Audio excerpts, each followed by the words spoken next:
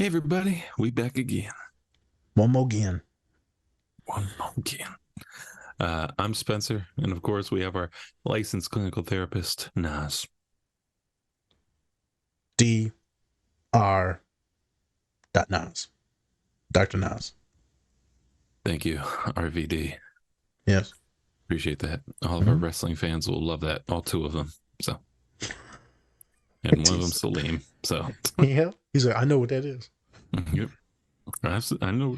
I've seen it. And of course, this is the Different Spectrums podcast, where we talk about movies, shows, and all the mental health aspects that surround them. We also love to have some laughs, so don't take us too seriously. Or do. It's up to you. There you go. Also, don't forget to run up those likes for us. We'd really appreciate it. Before we get into it, go check out Bub's Naturals and Cure Hydration, both great health and wellness products that you can check out and get 20% off your entire order if you use the code DSP20 as you check out. So why not check it out? Why not Check see? it out. Why not get the variety pack and, of the hydration packs? Be like, oh, I like this flavor. I'm going to order more of those. What You was that can do code it. again? What was the code again? DSP20. There you go. 20% off your entire order, folks. It's great. But yeah, now we also have merch. I'm also wearing it. You can get your merch from our link tree that connects to our shop page. So you can go on there and grab some merch. We have a lot of stickers. We have a lot of different clothing. We just put up more tees. So to fit the summer weather. Let's not. Yeah. I was trying not to add any more hoodies just Yeah. because it's a Makes little sense. hot. A Yeah. little hot. So go check those out, folks. We have a lot of different designs, a lot of neuro line. Yeah. That's what we call it. We got Neural neuro line. Neural spicy, affirming. Yeah. neuro beauty. We got wavy shit. It's all good. We It's got all it. good. Yes. So with that, today we are talking about F is for Family, the Netflix show created by Bill Burr, surrounded by. It's mainly about his life, which Interesting. which if you've seen his stand up, you would understand his early stuff. He was very angry in his stand up. Um, but yeah, some topics we're going to cover today: anger, obviously, emotional, and some verbal abuse in there. Coming from Frank Murphy, aka Bill Burr's dad, and then also generational trauma. Yep. Trauma. Yes. Um, yeah, so that's what we're mainly going to be talking about today. We'll have some other topics in there, but those are some good ones. Nazir, anything before we get into the clips? Yeah. We're going to try and do this justice. I want to give folks, we'll do it when we come back into the other intro, but trigger warning for some of this because like it is very spicy. So if you do have like some verbal abuse issues and stuff like that, just turn it down. Turn the volume down. You don't have to turn it off, but turn it down a little bit because you're gonna be yelling pretty loud. So turn your microphone, headphones down, and check it out. Remember, we got a bunch of guests coming up June, July, and August. So keep your heads on a swivel for that. Our ears perked up. Yes. Um, so yeah, let's check it out. Let's get into it. Let's do a deep dive, or as ChatGPT kids tell me to use, delve. Let's All delve right. into the topic. All right. Yes, that's a doctor verbiage right there. Let's be diving. All right. Whoop de whoop whoop whoop. Whoa, whoa. Hey everyone, before we get into the show, please check out our collaborator, Bub's Naturals. They sell a variety of health and wellness products, including collagen peptides, MCT oil powder, coffee, apple cider vinegar gummies, and other amazing products. Go to bubsnaturals.com and use our code DSP20 to get 20% off your entire order.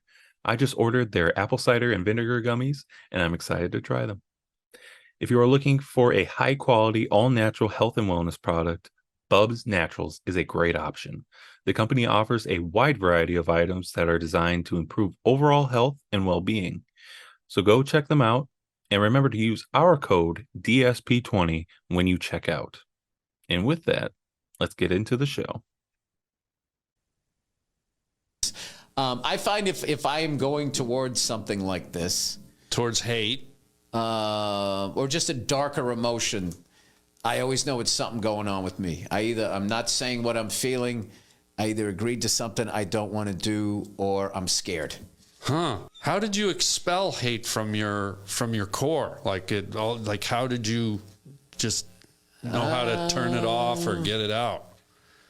I took some mushrooms, figured out who I was, or at least what I was sitting on, and then I sort of got sober and confronted it.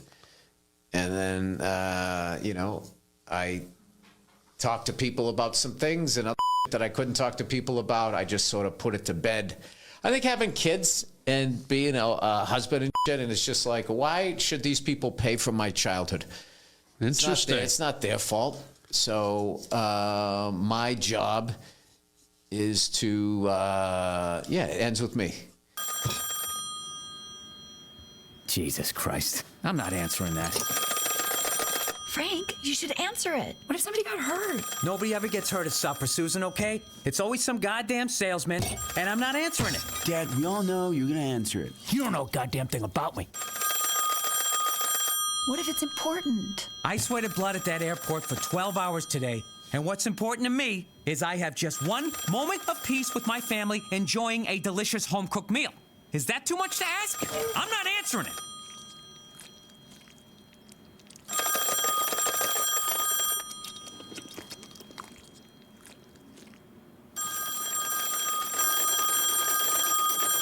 Shit. Murphy residence. Oh, let me tell you something, you goddamn son of a bitch. I don't need a goddamn engraved family Bible. You see? What I say? Every goddamn time. I am eating dinner with my family, young man. I don't need a $25 Bible to teach me about God. I almost bled out in Korea, all right? I have met God. What did you just say to me? You come down here and you say that to me like a man. I swear to God, I'll pull your tongue out through your goddamn neck. Why do they have to put the goddamn things on the wall? Frank, calm down. Yeah, Frank, calm down. Calm down. It's always Frank, calm down. Why is it always me, Susan? How about a little support, huh? Would that kill you? Yeah. So, how was school? Goddamn punk. Calling me at supper, huh? Won't even come to my door like a man? Hi, Mr. Murphy. Can Billy come out and play? Get the fuck out of here! I got an idea. If you don't like this, go to your room and watch whatever you want on your TV. Oh, that's right, you don't have one, because it's my fucking house. Ha ha! That's real funny, Dad. You know what else is funny? Aside from your haircut, what? This. Bill Absuck? No. This. What the hell is this? Kevin! He's flunking out, and you knew about this? I wanted your food to settle. Unbelievable. Unbelievable. You got one job. Pay attention and pass your classes. That's 2 jobs. No son of mine is gonna flunk out. I don't care. I hate school. Well, I hate my life, but I keep on doing it. I got a mortgage, I got dependents, and I gotta go downtown every damn day to run that airport. Please, you're just a baggage handler.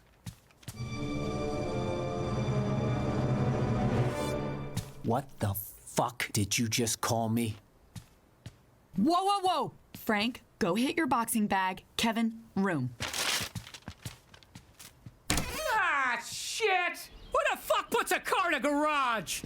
I'm sorry. I thought you were gonna be happy tonight. Never assume that.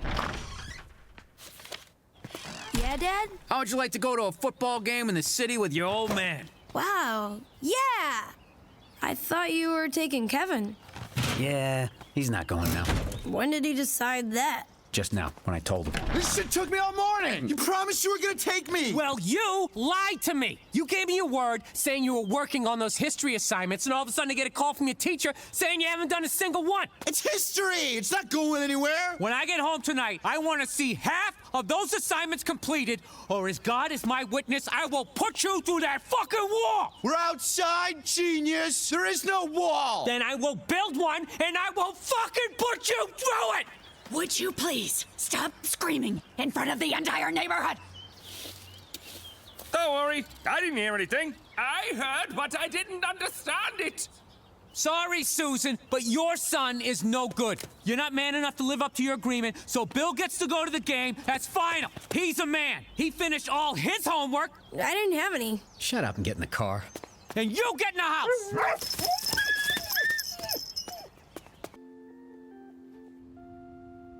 I raised him the best I knew for the times. Was I perfect? No. But oh Christ, I really fucked him up. I just could never admit it, not even to myself. You did what you could, like all of us. I truly thought a nurse's job was to pass judgment on the sick. All this time, there's been something missing in my life. I have nothing with real meaning, and I never knew it. Don't blame yourself. Men weren't designed to have depth. Yeah, God is a fucker. I'm looking for my wife. Right in here, pal. Jesus Christ!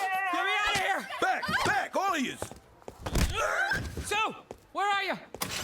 Yeah, good to see you, Frank. I see the two-headed baby told you about my back surgery after Goliath the elephant tossed me through that storefront. That elephant is stronger than he looks, Frank. That's because he's an African elephant, not Indian. Bet you didn't know that, Frank, did you? Will you stop saying my fucking name? I gotta go.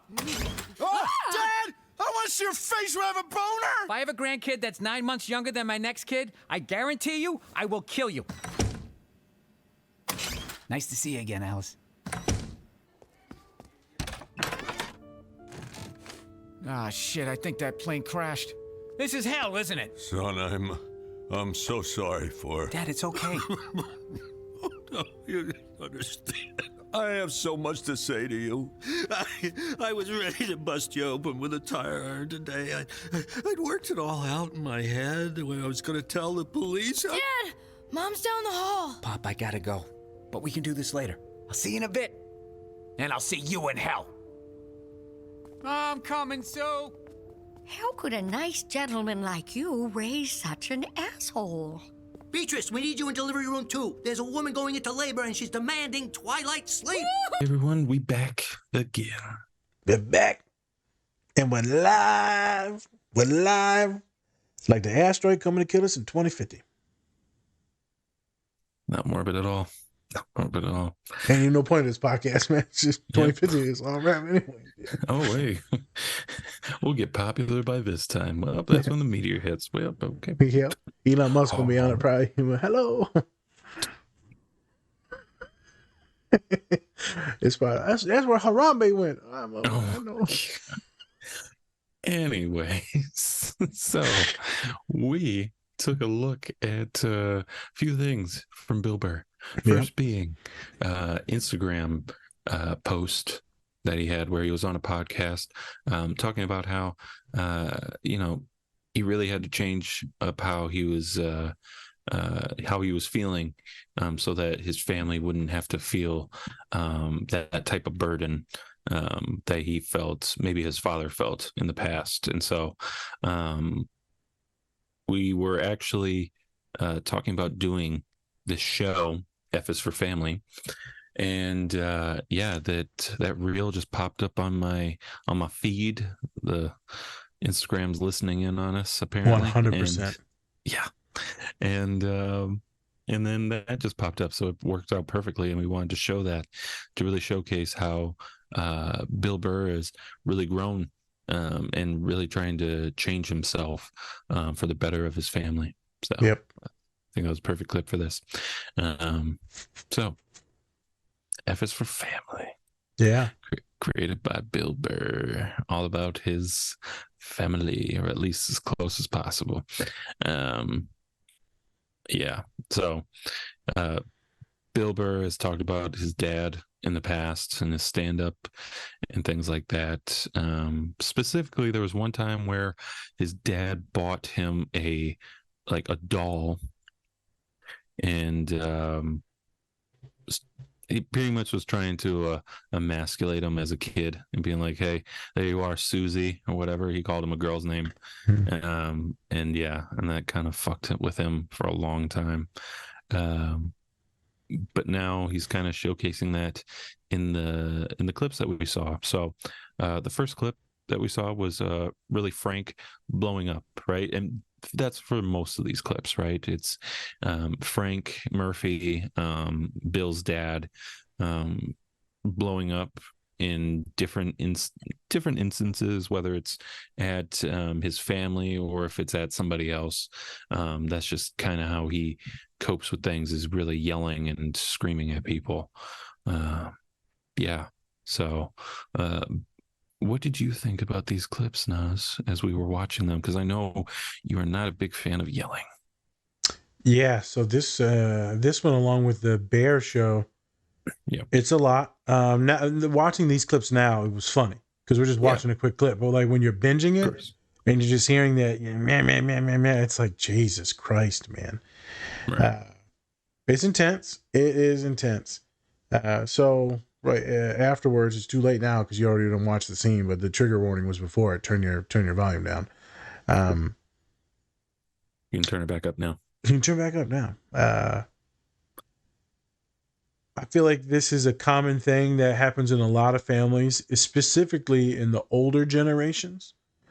What you talk about in the show, like calling him Susan or something like that, I also feel like people will be like, oh, you Nancy, stuff like that. So his dad, which is technically the main character portrayed in this show, right, is the patriarch, is Frank. He does a lot of emasculating of people and tearing down his family, his children, his wife. He's just an angry old man. There's the one scene that we saw that he's like, fucking hate my life. I got to go to work and to do this shit and this and that. And you can tell that he hates himself and he hates his life. I don't know if you noticed, Spence, but as the show, according you had to, as the show goes on, he starts to get a little softer.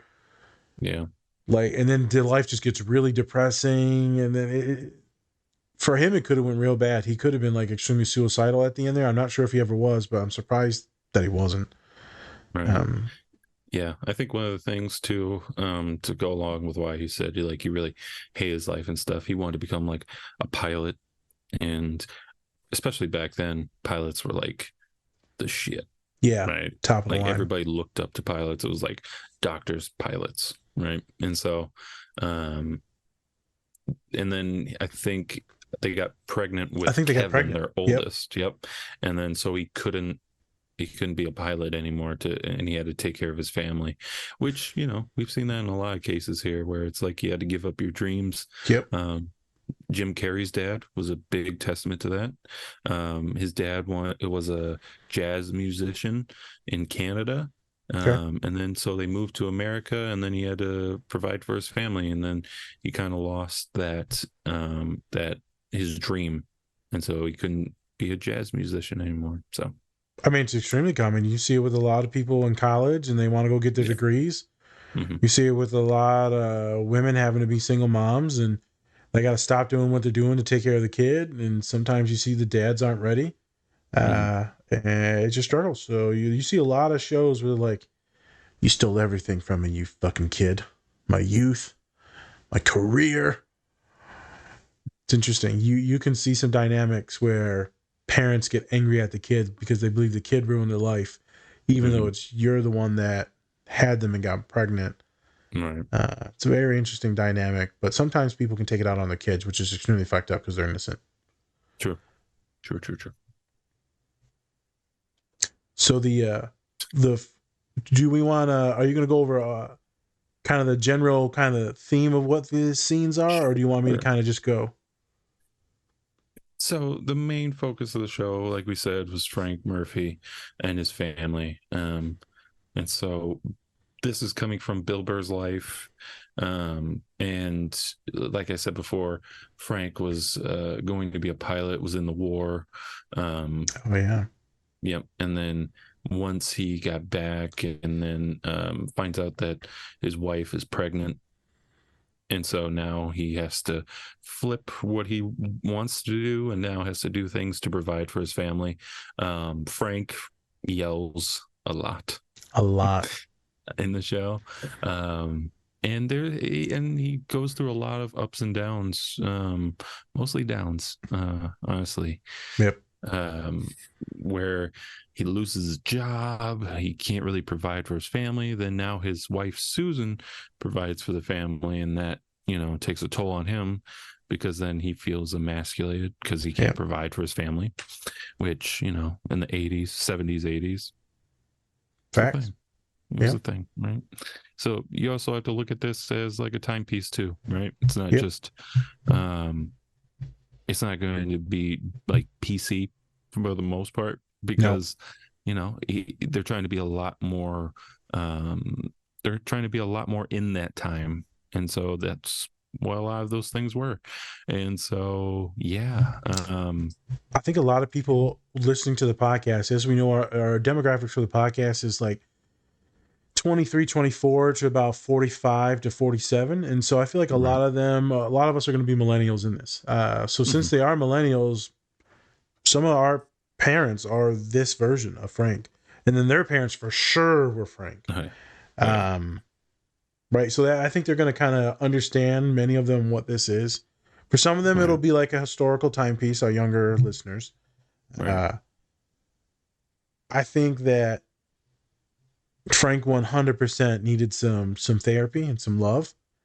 Someone this angry has got so much tumultuous shit going on, and they just keep bearing it, and they just keep drinking and drinking, because that's all he does is drink.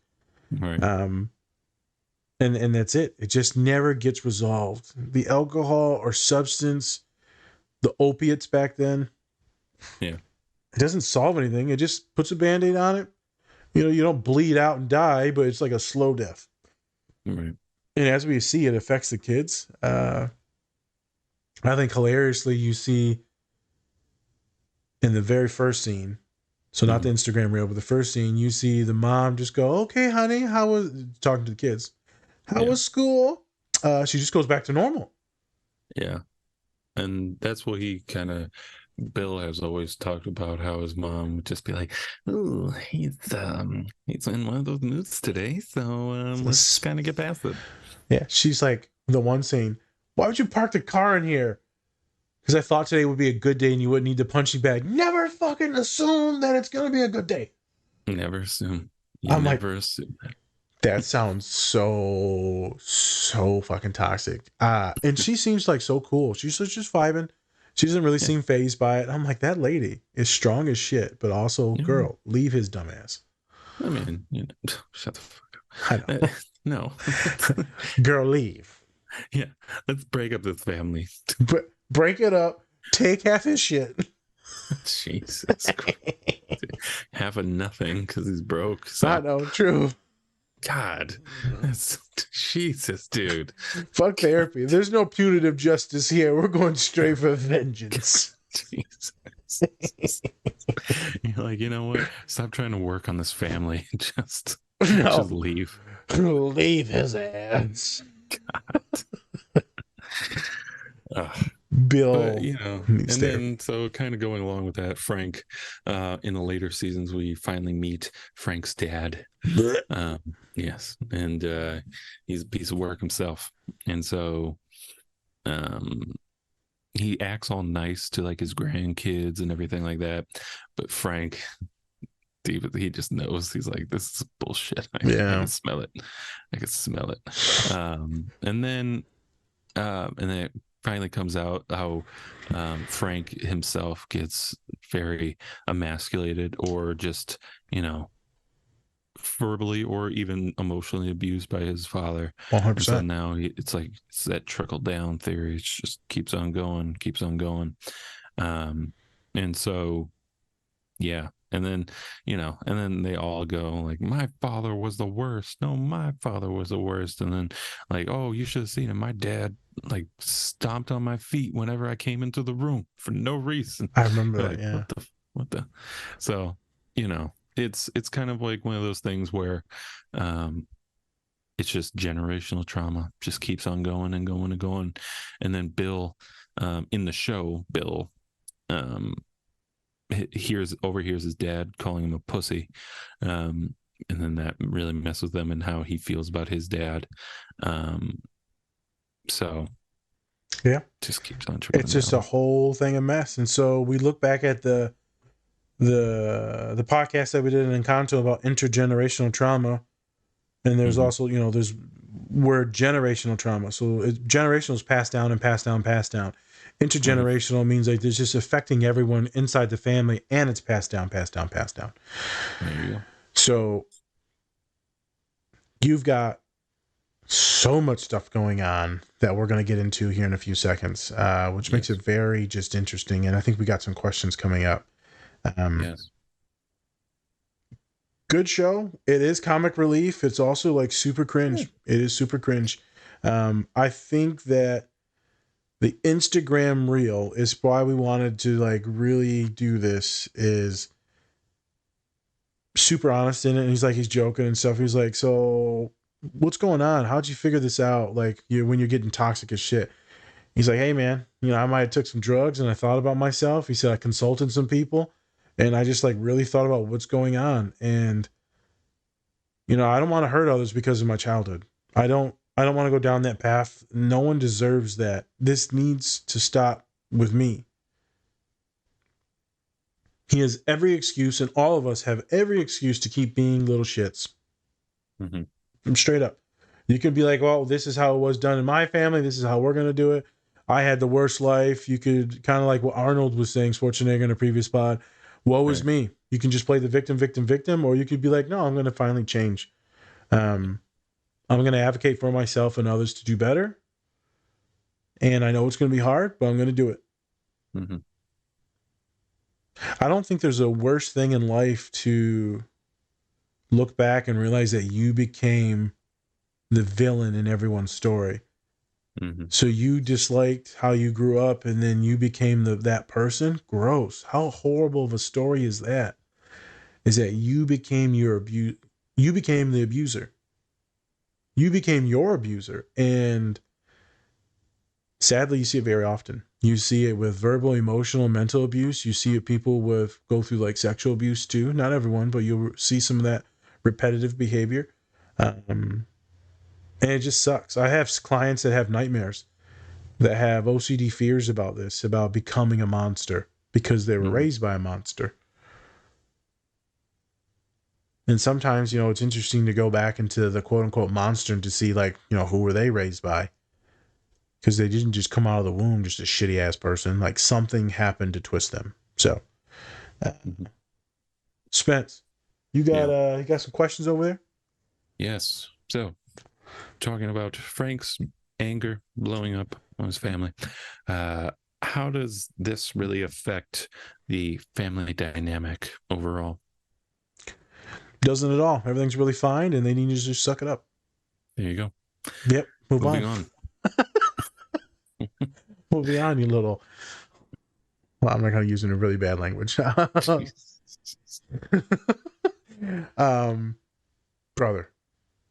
Yes. It can affect people in a bunch of different ways. So I might end up tying in some other questions by accident here, but obviously, if someone's just angry, it's going to mess up the marriage. Yeah. So maybe you can have some of that angry sex stuff that some of y'all like, but most of the time, that makeup sex. But most of the time, this is going to perseverate for a long time, and it'll probably lead to domestic abuse, domestic assault. One of you's probably going to get charged with something, and one of you's probably going to get kicked out of the house, restraining order. This is how kids get hurt. This is how people die. With that level of volatility, this is usually how something bad happens. And sadly, it's going to be mostly men perpetrating that violence on women in these older shows, scenarios. Nowadays, this shit, everyone getting the business.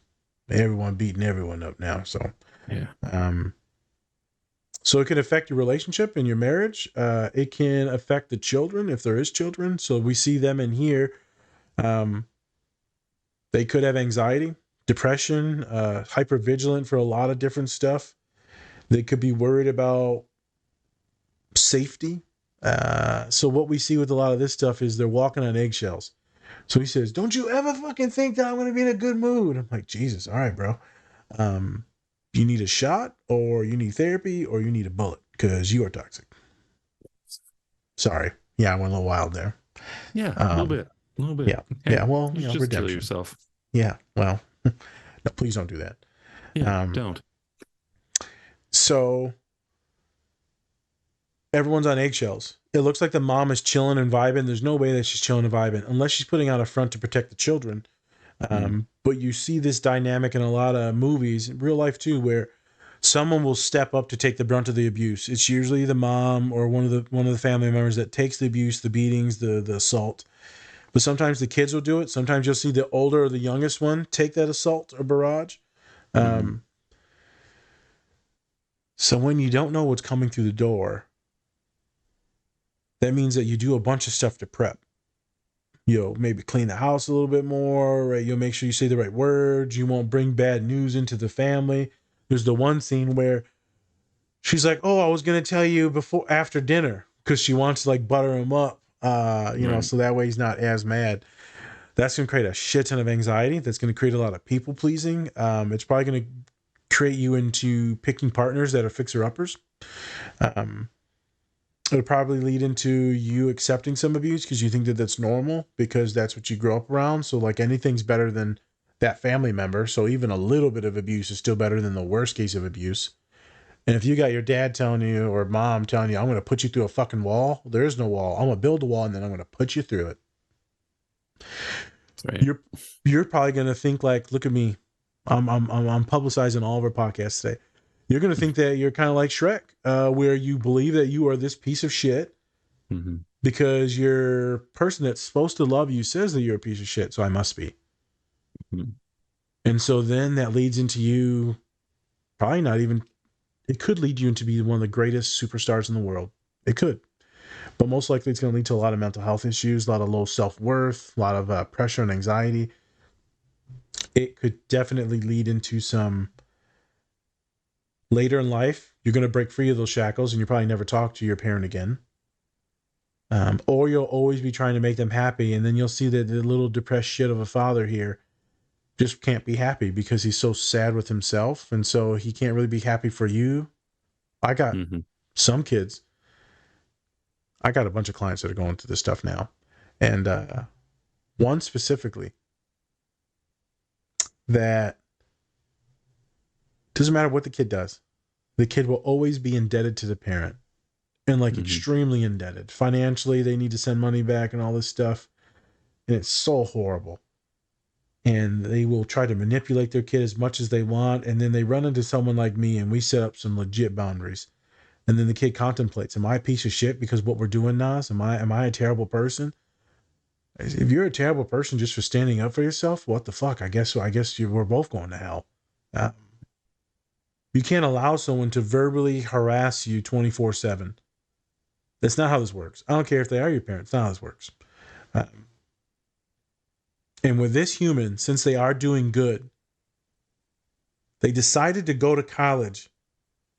The parent hated them for it because they left them. Wait a minute. Your kid's trying to do better to actually like bring some money to the family. And now you hate them for doing better, for educating themselves. That's one of the most toxic fucking things I've ever heard. The parent pretty much cuts them off. I'm like, okay.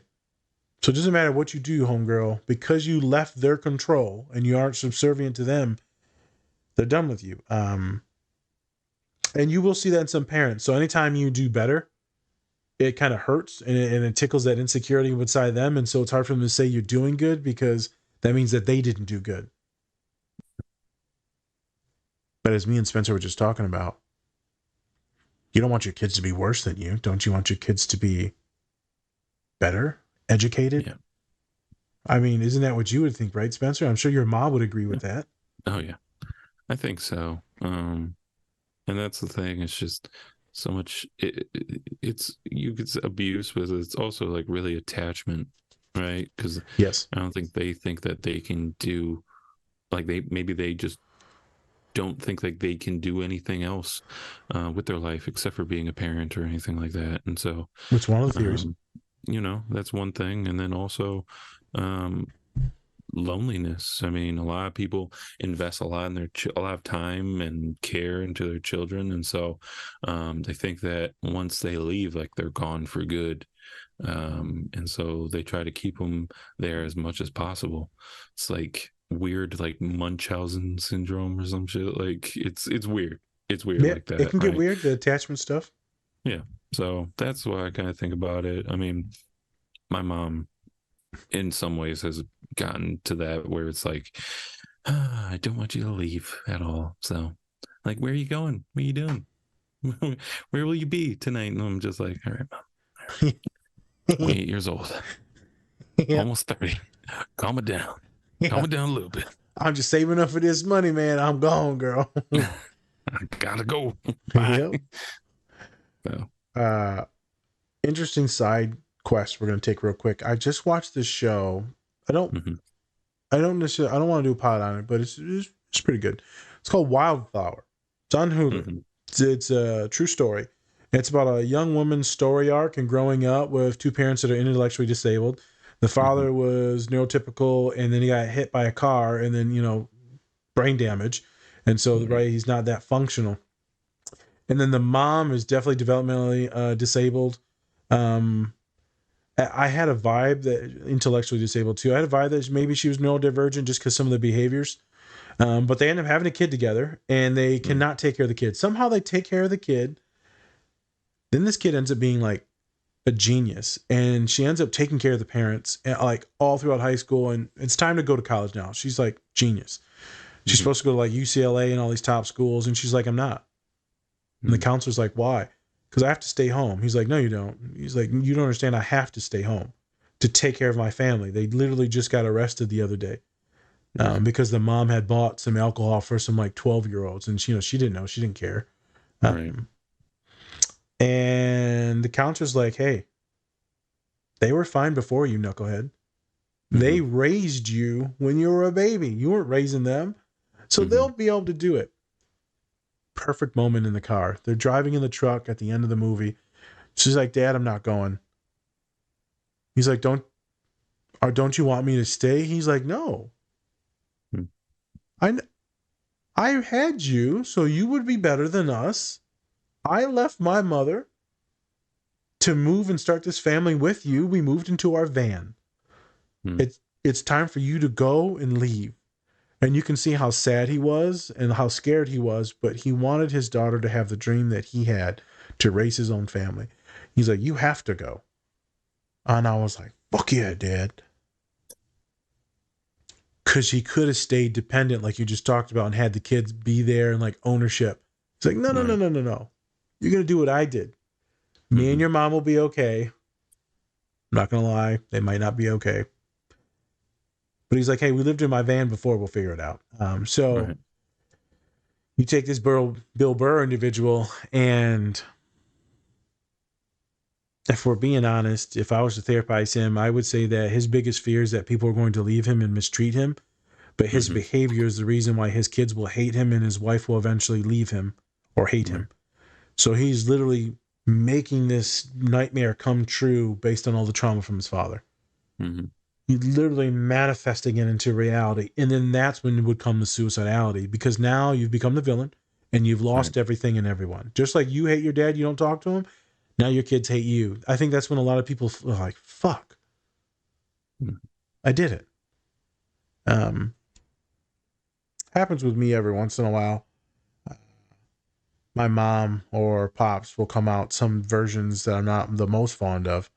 And a lot of it sometimes is the trickster in me too. I'm not talking about volatility. It's the trickster.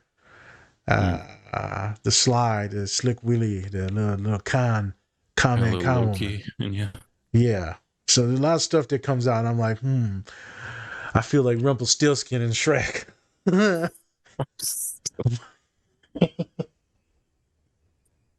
Try to say, guess my name, then you can have your baby back. Guess my name. You never will, because I got that rump. And it's interesting. I think my short fuse on a few things is very evident. So if we're backtracking, my mom was like this. You had to walk on eggshells around her. People would call her bipolar. She was not bipolar. Definitely had a lot of trauma and like a borderline personality disorder. And, you had to be careful, man. What you said or what you did, you have to make sure things are in the right way, because if she comes home in a weird attitude, you don't know what's going to happen. And she would flip on a dime. It was intense sometimes. Pops never like that. Very predictable. Now, if you pissed him off, then he's going to get, you're going to go full Sammy Z on you. If you pissed him off. Where mom, it didn't matter. You'd just be sitting there vibing, and then she would just change. Right. It was terrifying. And everyone knew it, and everyone was on guard. And she ruined so many relationships. And the reason why I bring this up is because she wanted love and connection, but her behavior and attitude pushed everyone away. And she became very alone at the end. And people can, if family members hear this, people can say that she had a wonderful life, and she did, but there was a deep sadness that was always there that she tried to hide with alcohol. And anytime you tried to show her a little bit of love or kindness, she would tank or get angry.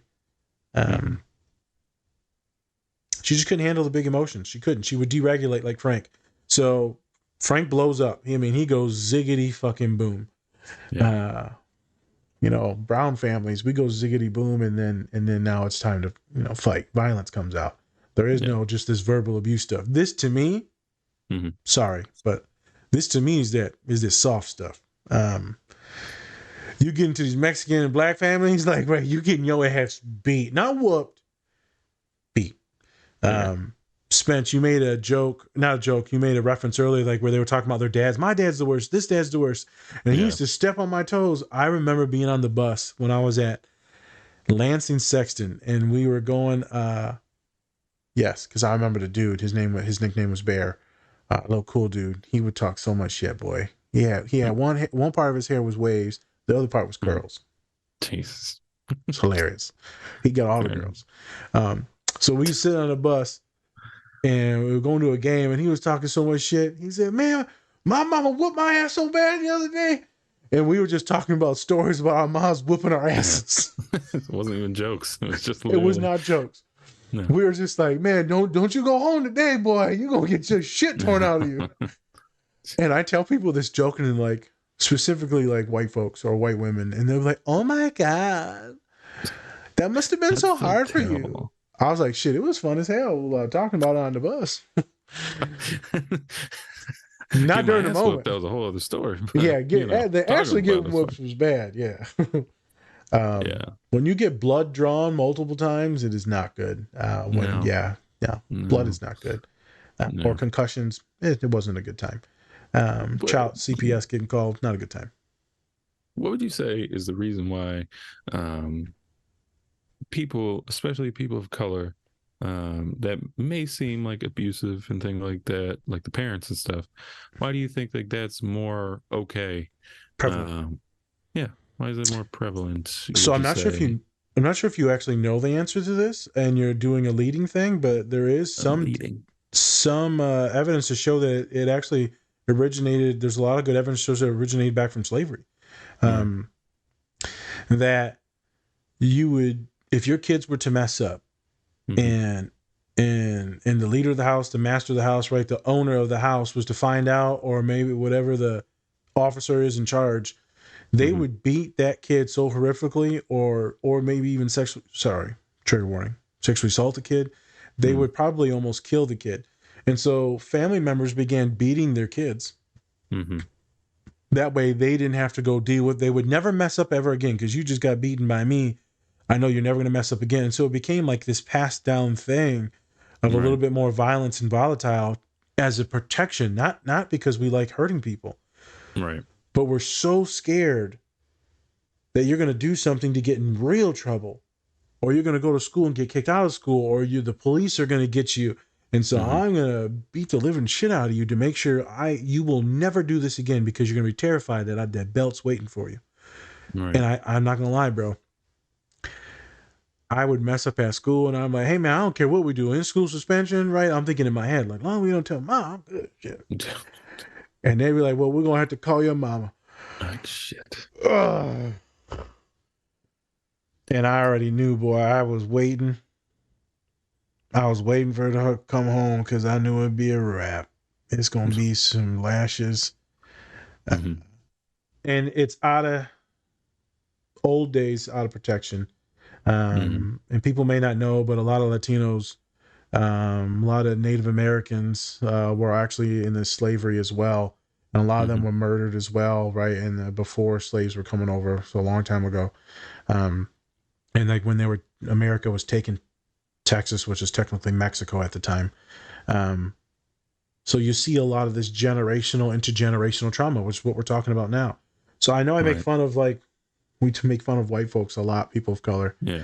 For being like, man, this ain't real abuse. Your mom put you in a timeout. That ain't nothing. Yeah.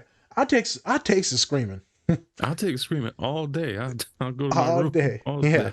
Shit. Go to your room. You can Like that slice a Dave piece of Chappelle sketch. Go to your Wait a minute, you're saying I just go to my room and then that's my punishment?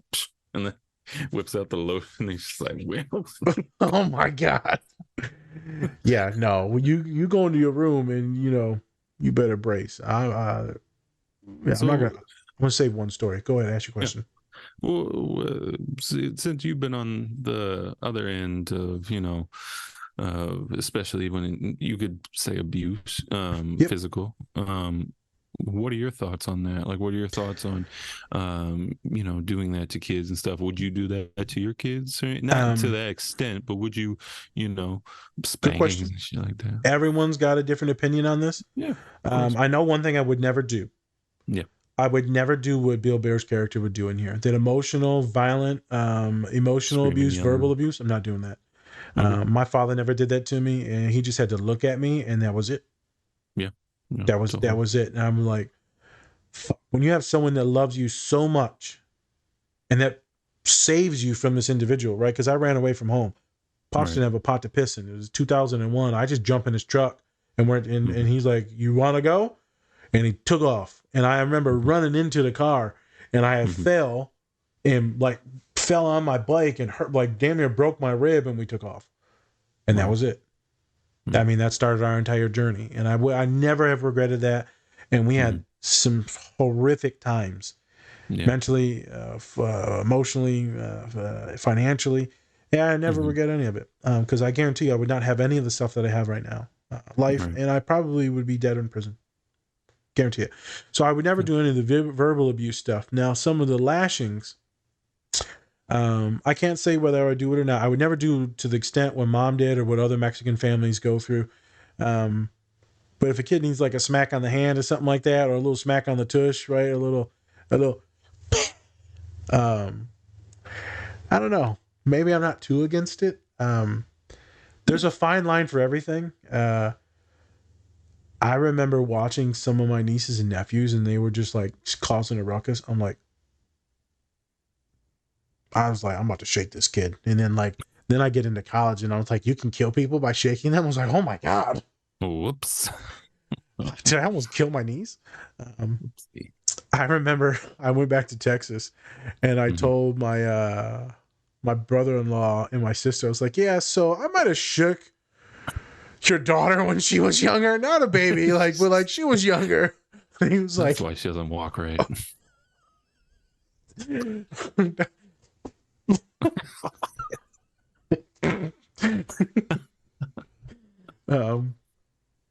Well, thankfully she was like legit some soccer player, and she got into college, so she's doing good.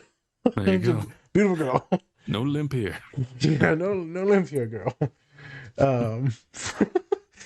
But I remember in that moment, I was like, fuck, I'm gonna be like mom. I do not advocate for any of the extreme violence. I don't. Verbal, just to degrade someone and to tell them that you're going to hurt them in these certain ways, it just doesn't make sense. So I've been lucky enough to be a counselor in these schools, and they teach you on how to help children in therapy and how to set an example. Like, this is what good people do. We're good people, aren't we? We want to be good people. This is what good people do. And then you see the studies where the kids actually like, oh shit, I want to be a good person. Right. And if this is what good people do, they're like polite and kind and empathetic, then maybe this is what I should do. Because the kids are going to mimic and role model whatever they see. And I'm not going to lie, I mimicked a lot of things that I saw. Yeah. The amount of things that I did because I was watching it, part of it's neurodivergent, but right, I would swear, I was violent and volatile, I was aggressive, I would steal like no one else. Department stores, friends. I remember we were in second grade, and this is still all on story with the show because we're talking about intergenerational trauma. Yeah. I remember everyone was playing with Pokemon, and I was stealing people's Pokemon while they were playing. I remember specifically the principal came, and he said, Nazir's got it. And I said, here, I'll show you my deck. And I was like terrified. I flipped the 2 cards over, and then I just shuffled through it kind of quickly. And they're like, look, it's not even in the deck. You can't even see it. Oh my God. I remember riding my bike to the dollar store. So the stealing of the cards was 5th grade, the Pokemon. The riding my bike to the dollar store was probably middle school, 6th, 7th grade. I would go to the dollar store, steal a bunch of canned chips, bunch of chips. I stole all types of chips, and they were in these like little can things, canisters. Yeah, like and Pringle cans, right? yeah, kind of like that. Yeah, but it was all types of chips, and I would sell them at school. And because I was watching family members, aunts, uncles, aunties, mom, right? They were stealing and selling. And so what did I do? I stole and sell. And people were like, I was an entrepreneur. I was like, I was an entrepreneur in fucking 7th grade. Chill the fuck out. Calm down there. All right, buddy. Yeah. Right. I was running schemes and games when you were, let me be nice. When you were still sucking up to your dad, getting your college paid for. Calm down with your game development. You see, I got a little Bill Burr in me too, man. I get a little volatile. I'm a little toxic. Blow up a little bit. Yeah, I'm a little toxic. Fucking wall. I'm still millennial. I still don't like some of these Gen Z motherfuckers. I know they ain't listening, so I can say that. I was talking to a client the other day, homie, and I said, man, I feel like I'm 50.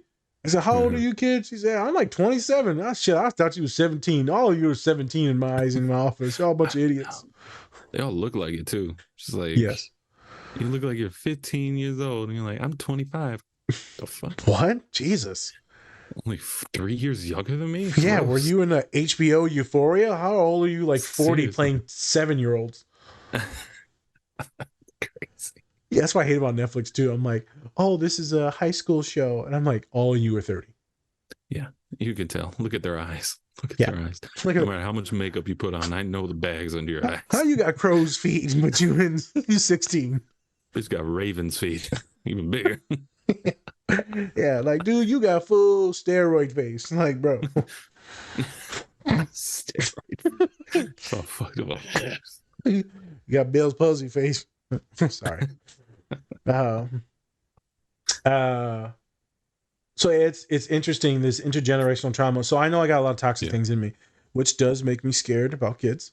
I know we've talked about Colin, and his parents weren't necessarily abusive, but they had a lot of addiction issues, which he's talked about on the pod. So it's free game, alcoholism, right, crack addiction, all that stuff. Very poor, and so he was worried about himself being a bad father, and so it stopped with him. His brother's a good father as well, with 2 kids. Yeah, 2 kids. It doesn't have to continue. No, it doesn't. I think that I was heading in a dangerous way, even with still my father. And he would say something. He would say something very toxic to me. He's like, "You're just like her." He's like, "You're just like your mother." And I'm like, "Don't you say that." He's like, "You're just like her. That's that devil in you, boy." And I would get so mad. And he gets mad still when I say you're just like Ma too. Like we know it hurts. We're more reminiscent and more loving about Ma these days. But I say that because you just don't want to be that person. But sometimes it's going to come out and then it's fine. Like Bill Burr said in that Instagram thing, I'm just trying to do better. I remember I'm gonna have you ask the questions that we had after this, but you know, I was still fighting during a lot of basketball things and just angry. And one boy showed me grace. I've talked about it in the pod, and it changed my life. It changed my life. I looked at myself. I'm like, I'm a piece of shit, man. I need to do better. And so I got therapy after that. One of my boys posted something on Facebook. Yeah, PhD and something. He was a professor. Him and his wife out at Texas Tech University or Texas A&M University in Texas. Chadwick Galloway. He said, "It's okay. All of us were toxic and the villains in someone's story when we were younger. That doesn't mean that you have to keep being the villain. Work on your stuff. Be better than what you were yesterday. Everything will be okay."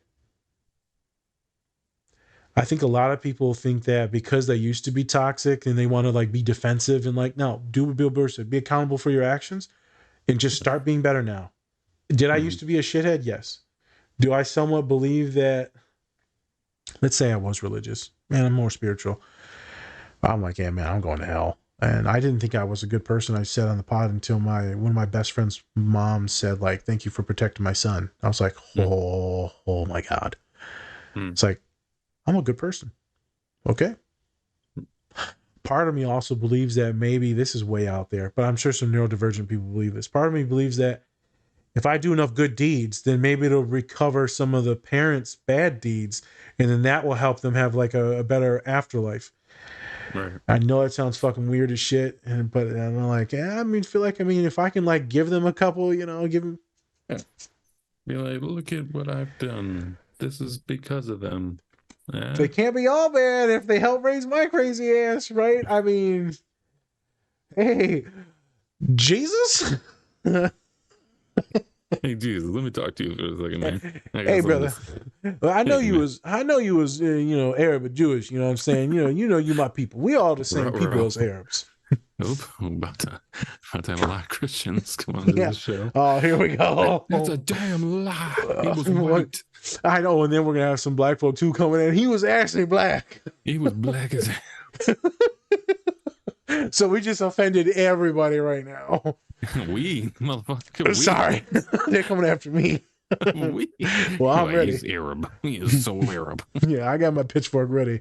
I learned it from Shrek. What other questions did we have? I think we answered a few of them. You did. So you answered kind of like what was the, how his wife reacts and what are the long-term effects. Answer that, really. Did that. Have you had any clients who've had similar experience to this, and what was the treatment?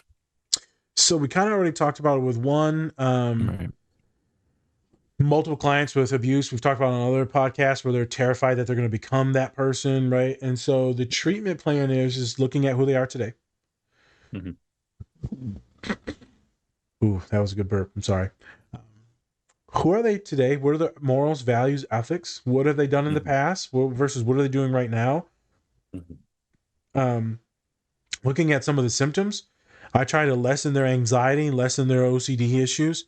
We work on their hypervigilance issues if there are some.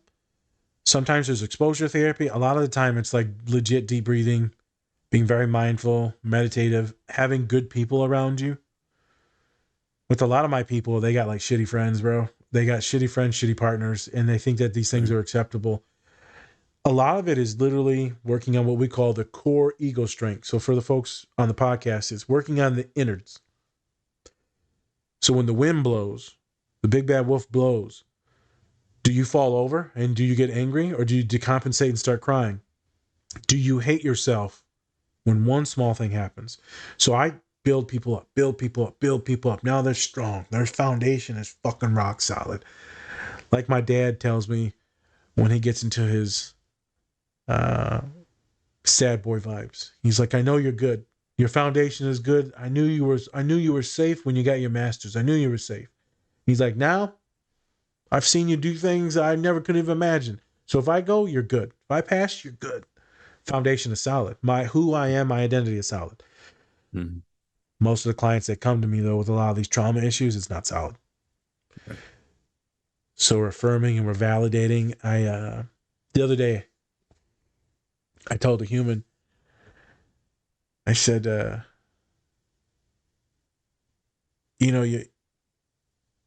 don't understand. They said, well, what are you talking about? The person that sits in front of me. What are you talking about? You should be so much more fucked up than what you are. And they just start bawling their eyes out.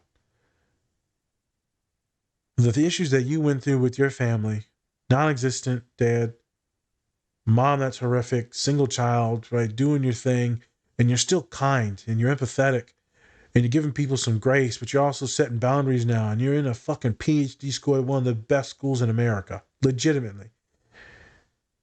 You should be so toxic.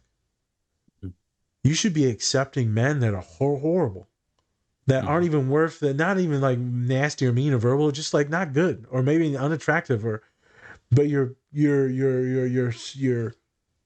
what's your bar? So it's high. It's not extremely high. Like it's just high. Like you know what you want and you're fighting for it. And so when it doesn't work out, you get devastated. That's fine. You get devastated if it doesn't work out. But the fact that you're not accepting less than doesn't make sense. In my brain, you should be more traumatized to put up with more shit. I think you're doing pretty good. And they're just sitting there crying. They were like, thank you. And I said, I'm doing my best to make sure you understand that this is a compliment. And I said, she loves New Girl. And I said, Nick Miller. She said, I hate Nick. Okay. She likes Schmidt. She's a Schmitty girl. Red flag. Red flag. She doesn't like the chaos of Nick. She's got a lot of anxiety, and so Nick brings too much, chaos. It's fun chaos, but it's for someone with like anxiety. They like the Schmitts. It is and it isn't, right? Okay. I really want to get into this, but you know what? Keep on going. No, okay. You got it. Yep. So I'm going to lead you to this. And so I said, okay. You look at Nick. I think it's in like season 1. And Jess, I stole these lines from Jess, from New Girl. He's fixing the plumbing, and he's banging it, and he's angry as shit. And then Jess, at the end of the show, she's like, I get it. I'm angry too. If I had a dad like that, I'd be angry as shit. Mm-hmm. You should be so much more fucked up than what you are, Nick Miller. He's like, thanks, Jess. Yeah, help me go fucking fix this goddamn sink in the kitchen. He's like, do you want to bang some stuff around? She's like, I want to bang some stuff around now. Because his dad's like an alcoholic addict. He's like a gambler. He's con man. He's kind of terrible. And we see his mom wants him to like fix everything. And so Nick actually in the old days was a lawyer, a New Girl, and like super anxious, OCD, trying to help out and support all the family. He's like that high functioning kid that tries to protect the family. Right. And then he ends up getting burned out, kind of hates himself because he realized he was only doing that because of his trauma. And then he became just a dude that enjoys life by just working at the bar. Trying to get a cell phone, couldn't get a cell phone. I related to him so hard. I didn't have a cell phone for 10 years. What? Well, he didn't have no credit. Yeah. He had no credit. No credit at all. No credit at all. I just didn't want it because I didn't want my mom to call me. So I didn't have a cell phone for 10 years. I just had the tablet and everyone made fun of me. And I was like, well, go fuck yourself. I saved like $70 a month for 10 years. So, and I was still talking to girls in college. Hey, hey, they all have Facebook. Side quest. I remember one time we went to Pizza Hut. Yeah, me and my boy Little Mike, and me and this girl were vibing. I'm like, damn man, I ain't got no phone. You got a pencil? He's like, why the fuck would I have a pencil on me? What the fuck is a pencil? So I can write down her number. What grade is it? This was in college. Exactly. No one has pencils. I know. And then I'm like, hey girl, man, text me on my Wi-Fi phone. On my Wi-Fi, you my text my man's phone, and then I'll get the message, and then I'll relay the message to I him. might have said that. I just said it was super weird. Long story short, it did not work out. Hey, I got a number for a payphone if you're ready. Dial 1-800 ATT-collect. I'll be there between 10 and 5. So I'm there for you, girl. Yeah, girl. Hello? I'll be there for 30 minutes at the payphone. Hello? Hold up. Crackhead Jimmy trying to get the phone again. Jimmy, come on, man. Jimmy, stop peeing on me.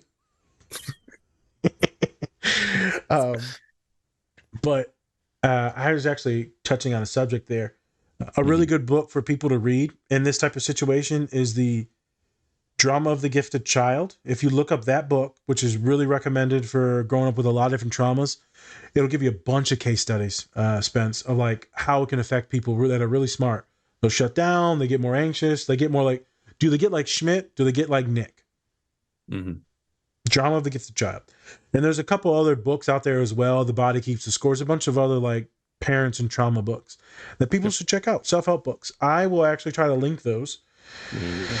I think now that the podcast is starting to catch some fire, I will start to put some of the PDF books I have in the link tree. There you go. Yes. So I'll put those in the link tree soon. But I might put those under subscription status so people won't have to pay for those. Okay. Make it damn money. So it can affect people in many different ways, have many different clients. It's mostly building the ego strength, building up your identity, getting affirmed, validated, and letting go of some of the toxic tricks if you are doing them, and starting to create better habits. Better habits, loving yourself. I recommend a therapist. All the books in the world are awesome. Get a therapist to at least work through some of the shit. Some. What else you got, boss? I think there's only maybe one more question. Yeah, and that was kind of going towards you telling about the case study that you talked about in pre-production, if you want to get into that. And then we can kind of flow off that. Okay, so I was in grad school. Yes. And they were teaching us how to work with clients with severe trauma issues. And they're trying to get us to be better clinicians, more empathetic. And so they would give us these case studies about like, if something happened to your child, what would you do? And like, of course, my masculine ass, I'm like, I'm gonna kill them. Mm-hmm. Now I'm gonna do like Cain Velasquez. And he, someone assaulted his daughter or his niece, and then he like literally beat them to death, and he was incarcerated for it. With this like heavyweight champion of the world, one of the best heavyweight boxers in history, or heavyweight UFC fighters in history, Cain Velasquez. You can Google that; it's pretty intense. And I remember one kid specifically that sat in front of me. I said, "Man, you would beat that dude's ass if he touched your kid." He said, "No, I wouldn't." I said, "Yeah, you would, man." He said, "Don't tell me what I'm gonna do. You're not me. You don't know my feelings and how I think." I was like, "All right, bro, chill. You about to beat my ass now? Like, I'm bigger in the food chain. You sit your little ass down now." You know what I'm saying? No, I'll slap the weight off you, boy. Southern man. He's a Southern man. Yeah. Boy.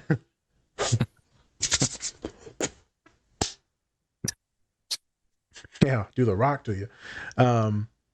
And so I think I started to change my mind about violence then. One of my other boys got at me like, "Hey, man, you want to give your kids everything that you didn't have, right?" He said they're going to have toys and a loving family, and they're going to have like quality time, and they're going to go to the best schools. And he's like, they're going to be privileged. And I said, "Yeah. So you're going to hate your kids for being privileged?" And I was like, "Fuck you." Making me think. Yeah. Damn you, this. Patrick. His name was Patrick. Damn you, Patrick. And so then there was this other case study. So this was the big one. And I don't remember the full context, but they said, imagine you're working with a client, or it's your child that was physically beat, or in some cases even worse, more triggering things I don't feel like saying. What would you do? And do you blame them, and do you hate them? And so I was like, yeah, if someone was to beat up my kids, like, or my daughter or my son, right, I'm going to hate them. I'm going to want some like type of vengeance or punitive justice or them, right? And they said, well, turns out you're the counselor now, and you're listening to the young man that hurt this other kid. And then you realize that he's getting beat at the house. And this is what he sees and when he lives in his daily environment.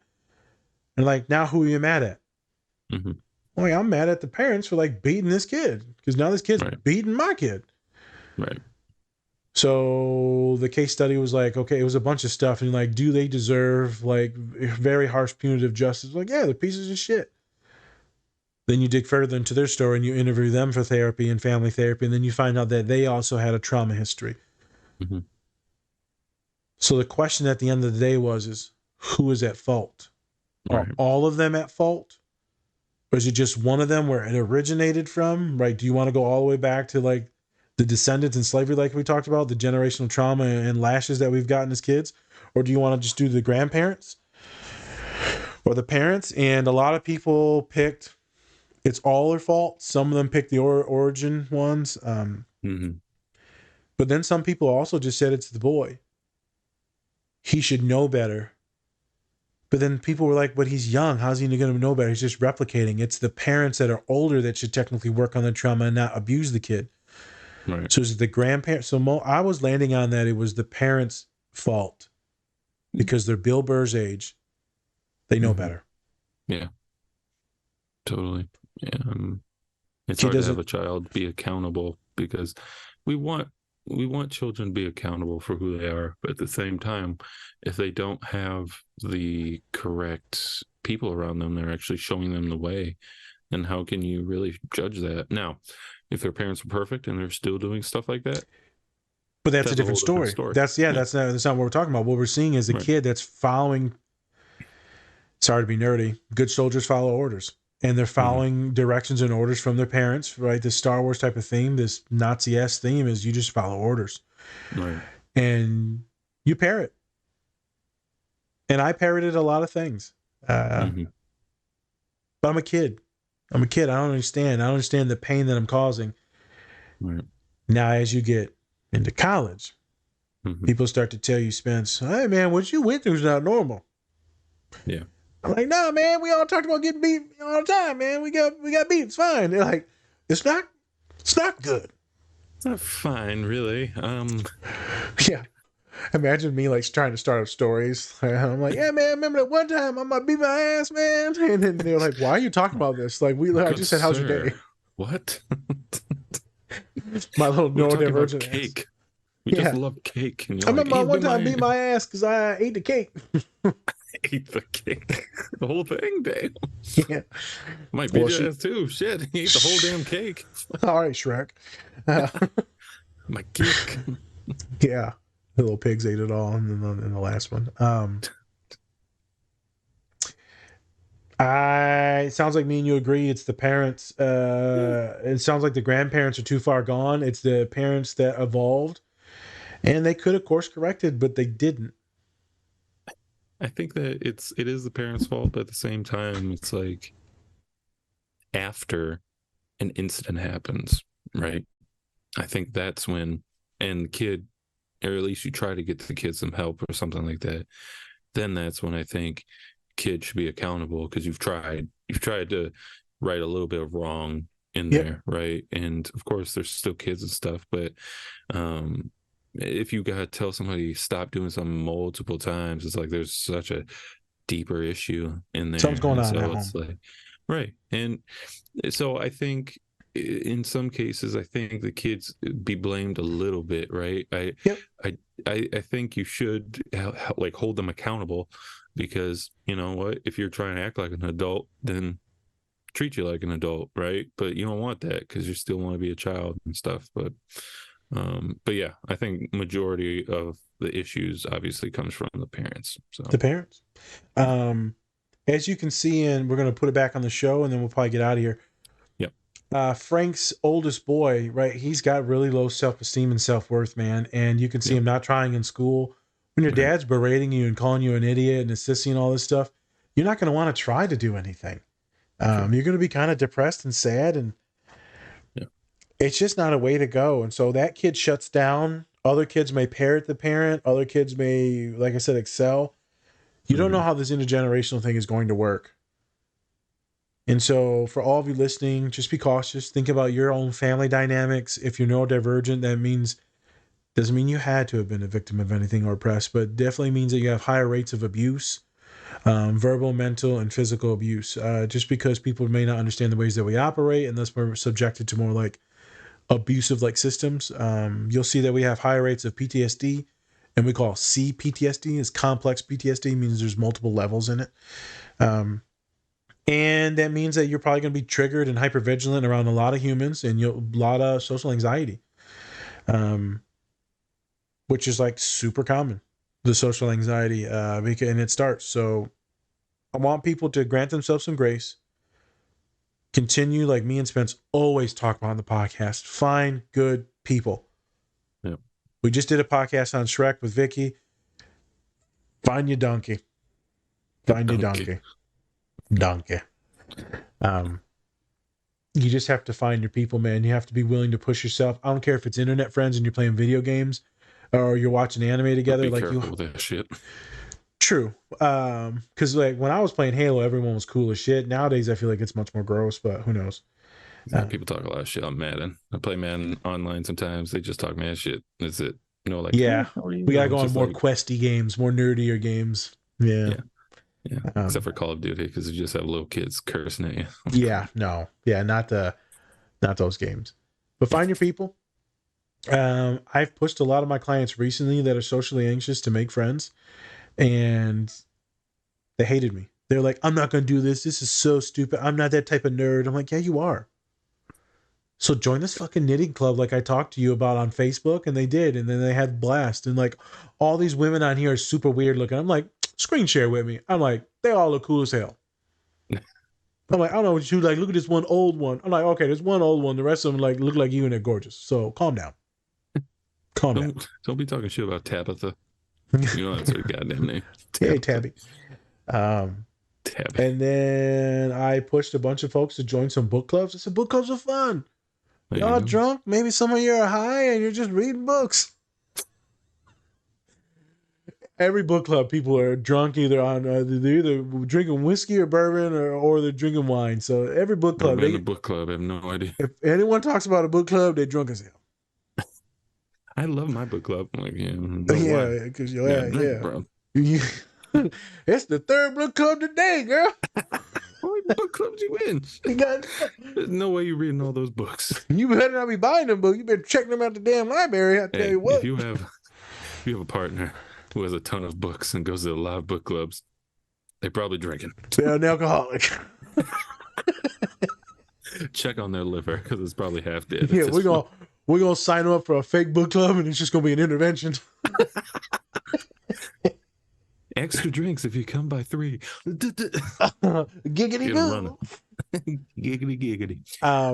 But in all honesty, a lot of neurodivergent folks will escape through very creative arts and crafts and books. They escape into these fantasy worlds. So if you need to find friends like that, then find your communities. You can find them in college campuses, in cities. Find your people. Surround yourself with good, affirming, validating people. Do your best to not always trauma bond. Slowly open up with some of those details and just have fun. And if you need a therapist, get one. These don't have to be a reason why you ruin the rest of your life. You can start to fix these as soon as you want, but specifically, you need to start really working on these things in your 20s. You're probably in more control of things by your 20s. Start working on things. Maybe it took Bill Burr longer. It didn't take me until I was probably 26 to really start working on my shit. Yeah. Hey, man, hopefully I'll live another 60 years after that. So, I mean, where Ma chose not to work on it. And, you know, she passed away at like 60-something, 65. So, work on your stuff. Thank you, Bill Burr. Yes, for kind of putting shows out there like this, but also putting out the Instagram podcast where you want to be a better human. Yeah. And it's okay to admit that maybe you're a shitty human like I was, like other people I know. Does that mean you were a shitty person? Does that mean that you deserve to be like in internal damnation type of vibe? Like, sometimes we do bad shit, we learn, we grow, and some of us it takes longer. So if you have any cringe things in your life, homies, like we do, tons of them, just start doing better today. Today. Fuck all that old stuff. Start doing better today. After this podcast, just sit down, lay on the floor, do a couple deep breaths, and be like, fuck, I'm starting today. I'm done, Spence. All right. Before we go, just want to say, Nick Miller, a lot more chill than fucking Schmidt. Let's be honest. Schmidt is like tight ass. Yep. Do one little thing. Zoop. Nick Miller, chill as hell. Real Wrap chill. him in a burrito. That's why I like him. But you know, some of my girls like Schmidt because he's that OCD, clean cut, you know, fit body and all that. You know, Nick's like Nick's technically the fat one in the show. I know. He's fat. I'm like, this motherfucker weighs like 140. Maybe. Yeah, I know. Yeah. There was that one season where he lost a lot of weight, and I was like, what's wrong with you? What's happening here? What's happening? What's happening? Pull back. It's kind of like Rob McElhenney from Always Sunny. Like he gained one season, he gained so much weight. So much weight. So I heard every morning he had the on stage person give him a pint of ice cream every day. A pint of ice cream every day before he started the show. Every day. That's crazy. Yep. And now he's like buff as shit. Yep. Like ridiculous. So, but he even posted like a thing on his socials about how it's like, oh yeah, all you have to do is just get a personal trainer. You know, he's being very sarcastic. Personal trainer. Don't eat after like 6 o'clock. Only eat carbs, no sugar or anything like that, and all that stuff. And so it was like, fair enough, Rob. Yeah. Fair enough. Yeah. But yeah, that's all for today, folks. Thank you for joining us. Like we said before in the beginning, check out Bub's Naturals and Cure Hydration, and use our code DSP20 to get 20% off your entire order. They have great products, so go check them out and try it out. Why not, right? And then also we have our merch. Go check that out. We have tons of great graphics, tons of great things. Order them because they're fantastic. Yeah. And then also go check out our link tree. Has all of our info as well as some self-help resources in there. So many things are in there. Go check them out. And then if you do by chance use any of our resources, please leave a tip. Since Nas put a lot of time into that. So yeah. Thank you very much, everybody. We are going to have more guests on in the coming months. So check us out as we get more guests on. We're getting popular, folks. We're getting popular. Jesus. I'm dancing, folks. Sorry.